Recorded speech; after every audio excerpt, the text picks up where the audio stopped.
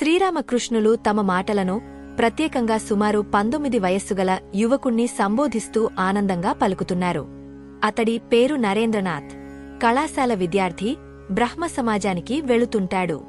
స్ఫూర్తి తొణికిసలాడే పలుకులు, ప్రకాశవంతమైన నేత్రద్వయం, భక్తుని లక్షణాలను కలిగి ఉన్నాడు.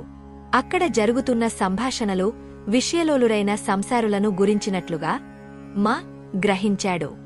భగవంతుని ఆకాంక్షించేవారిని, ధర్మవర్తనులను ఈ విషయలోలురు చిన్నచూపు చూస్తారు.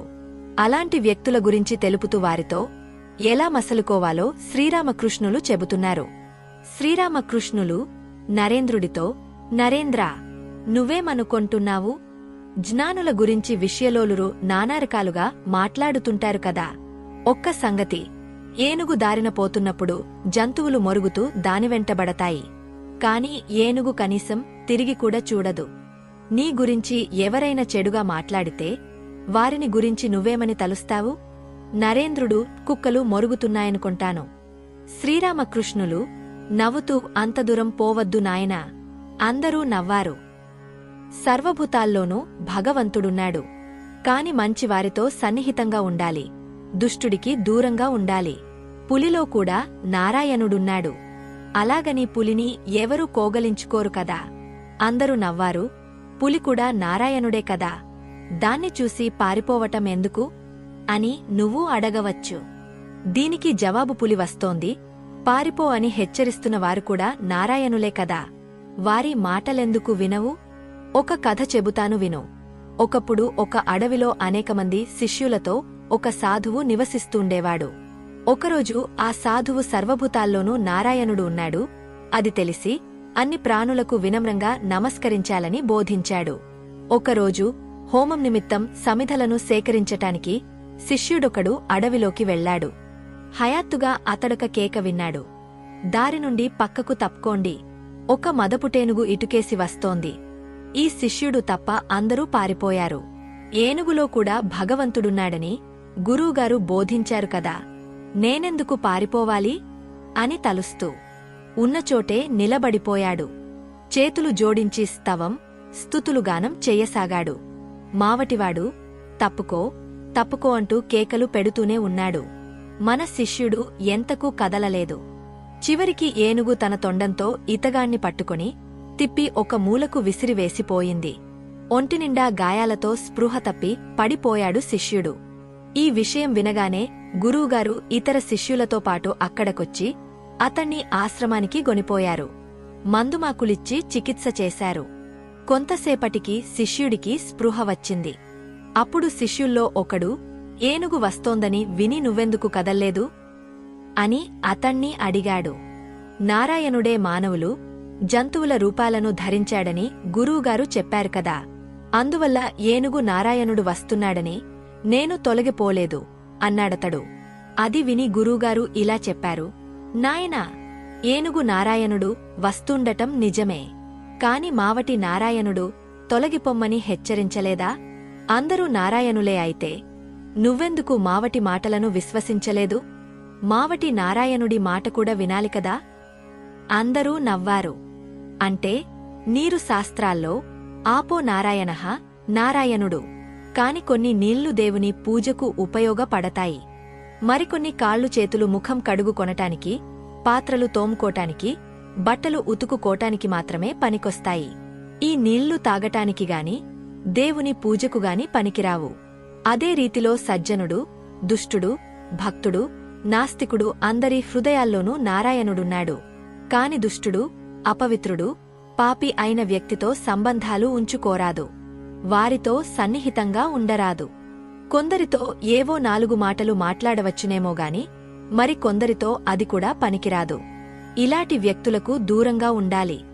ఒక భక్తుడు, మహాశయ, దుష్టుడొకడు హాని చేయటానికి వచ్చినా లేక హాని కలిగించినా చేతులు ముడుచుకొని మనం కూర్చోవాలా? శ్రీరామకృష్ణులు, లోకంలో వసించాలంటే దుష్టుల బారి నుండి తనను రక్షించుకునే నిమిత్తం కాస్త తమోగుణం చూపటం అవసరం సుమా. కాని అతడు నీకు హాని చేస్తాడని భావించి ప్రతిగా నువ్వు వాడికి హాని చెయ్యటం అనుచితం. ఒక కథ చెబుతా వినండి. ఒక బీడులో గొల్లవాళ్లు గోవులను మేపేవారు. అక్కడొక మహావిషసర్పం ఉండేది. ఆ పాము భయంతో అందరూ అతి జాగ్రత్తగా మసలుకొనేవారు. ఒకరోజు ఒక బ్రహ్మచారి ఆ బీడుదారిలో వస్తున్నాడు. గొల్లలు పరిగెడుతూ వచ్చి, "స్వామీ, అక్కడొక పెద్ద విషసర్పముంది. మీరు ఆ వైపుకు పోవద్దు" అని హెచ్చరిక చేశారు. ఆ పాము గురించి నాకేమీ భయం లేదు. నాకు కొన్ని మంత్రాలు తెలుసులే అంటూ బ్రహ్మచారి పాము ఉన్న దిశకు వెళ్లాడు. గొల్లవారు భయపడి అతడికి తోడుగా వెళ్లలేదు. ఈలోగా పాము పడగ విప్పి అతివేగంగా ఆ బ్రహ్మచారి వైపు రాసాగింది. పాము దగ్గరకు రాగానే బ్రహ్మచారి మంత్రం వేశాడు. తక్షణమే అది వానపాము మాదిరి అతడి కాళ్లవద్ద పడిపోయింది. అప్పుడు ఆ పాముతో బ్రహ్మచారి ఇలా అన్నాడు, "ఇటు చూడు, ఇతరులకు హాని కలిగస్తూ ఇలా ఎందుకు తిరుగుతున్నావు? రా, నీకు మంత్రోపదేశం చేస్తాను. ఈ మంత్రాన్ని జపిస్తే నీకు భగవంతునిమీద భక్తి, భగవద్దర్శనం కలుగుతాయి. నీ హింసాప్రవృత్తి తొలగిపోతుంది." ఇలా అంటూ ఆ పాముకు మంత్రోపదేశం చేశాడు. పాము మంత్రోపదేశం పొంది, "స్వామీ, సాధన ఎలా చెయ్యాలో సెలవివ్వండి" అంది. "ఈ మంత్రాన్ని జపించు. ఇక ఎవరినీ హింసించవద్దు. నేను మళ్ళీ వస్తాను" అంటూ బ్రహ్మచారి తన దారిన వెళ్ళిపోయాడు. ఇలా కొన్ని రోజులు గడిచాయి. పాము ఎవరినీ కాటు వెయ్యటంలేదు. ఈ విషయం గొల్లపిల్లలు గమనించారు. రాళ్లు రువ్వినా దానికి ఆగ్రహం కలగటంలేదు. అది వానపాములా ప్రవర్తించసాగింది. ఒకరోజు గొల్లపిల్ల వాడొకడు పాము వద్దకు వెళ్లి దాని తోకపట్టుకుని గెరగెరా తిప్పుతూ నేలమీద బాది ఒక మూలకు విసిరివేశాడు. పాము నోటినుండి రక్తం కక్కుతూ స్పృహ కోల్పోయింది. కదలక మెదలక పడి ఉన్న దానిని చూసి అది చచ్చిందని భావించి గొల్లబాలురు తమ దారిన వెళ్ళిపోయారు. రాత్రి చాలా పొద్దుపోయాక పాముకు స్పృహ వచ్చింది. మెల్లగా అతికష్టంతో తన పుట్టలోకి పోయింది. ఒళ్లంతా హూనమైంది. కదలటానికి శక్తిలేదు. చాలా రోజులు గడిచి పోయాయి. చర్మంతో కూడిన అస్థి పంజరంలా తయారయిందా పాము. అప్పుడప్పుడు రాత్రి వేళల్లో ఆహారం కోసం బయటికి వచ్చేది. గొల్లబాలుర పట్ల భయంతో పగటిపుట బయటికి వచ్చేది కాదు. మంత్రోపదేశం పొందినది లగాయతు ఇతరులకు హాని కలిగించటం మానివేసింది.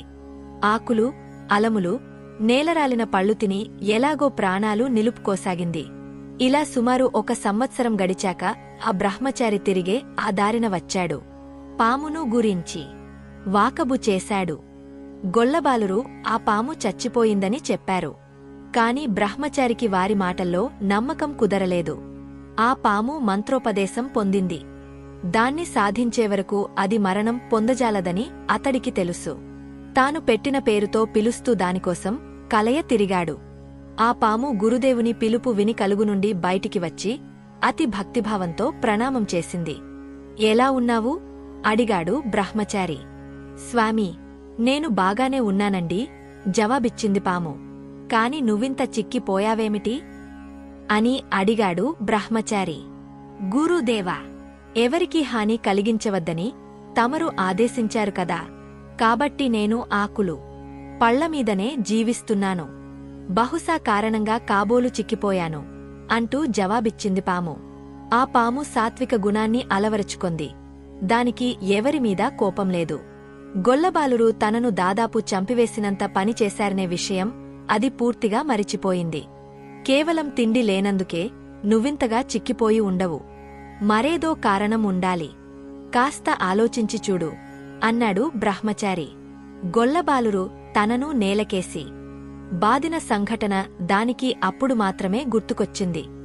"స్వామీ, నిజమే, ఇప్పుడు జ్ఞాపకానికి వచ్చింది. ఆ పిల్లవాళ్లు ఒకరోజు నన్ను తీవ్రంగా నేలకేసి బాదారు. పాపం, వాళ్ళు అమాయకులు. నా మనోస్థితి గురించి వారికి తెలియదు.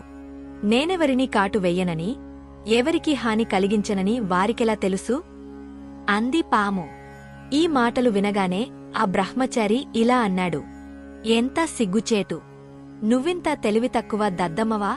నిన్ను రక్షించుకోటం కూడా నీకు తెలియదాయే. నిన్ను కాటువెయ్యవద్దన్నానుగాని బుసకొట్టవద్దని చెప్పలేదే? బుసకొట్టి వారినెందుకు నువ్వు భయపెట్టలేదు? దుష్టుల ముందు బుసకొట్టాలి సుమా. వారు మనకు హాని కలిగించకుండా ఉండటానికే వారిని భయపెట్టాలి. కాని వారిపై ఎన్నడూ విషాన్ని చిందించరాదు, హాని కలిగించరాదు. భగవంతుడి ఈ సృష్టిలో పలురకాలైన జీవజాలం మనుషులు. జంతువులు, చెట్టుచేమలు మొదలైన అనేకమున్నాయి. జంతువుల్లో కూడా కొన్ని సాధువి, కొన్ని క్రూరమైనవి ఉన్నాయి. పులిలాంటి అతి క్రూర జంతువులు కూడా ఉన్నాయి. చెట్లలో అమృత ఫలాలనిచ్చేవి ఉన్నాయి, విషఫలాలనిచ్చేవి ఉన్నవి.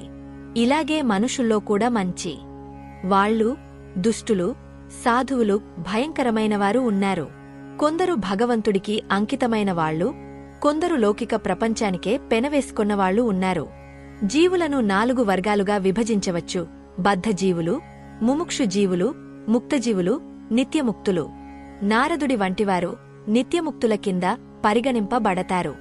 మానవులకు ఆధ్యాత్మిక సత్యాలను బోధించటానికి పరోపకారార్థం ఈ లోకంలో వీరు జీవిస్తారు. బద్ధజీవులు విషయాసక్తతలో మునిగిపోయి దేవుణ్ణి మరచిపోయి ఉంటారు. పొరపాటున కూడా వీరు దేవుణ్ణి స్మరించరు. ముముక్షువులు ముక్తులవ్వాలని కోరుకొంటారు. అందులో కొందరే విజయం సాధిస్తారు, అందరూ సాధించలేరు. సాధువులు, మహాత్ముల వంటి ముక్తజీవులు ఈ ప్రపంచంలో కామిని కాంచనాలచేత బంధింపబడనివారు. వారి మనస్సులు ఐహిక చింతనల నుండి విడివడ్డవి. అంతే గాక వారి ధ్యానం సదా భగవంతుడి పాదపద్మాలమీదే. చేపలు పట్టే నిమిత్తం ఒక చెరువులో వల విసిరారనుకొందాం.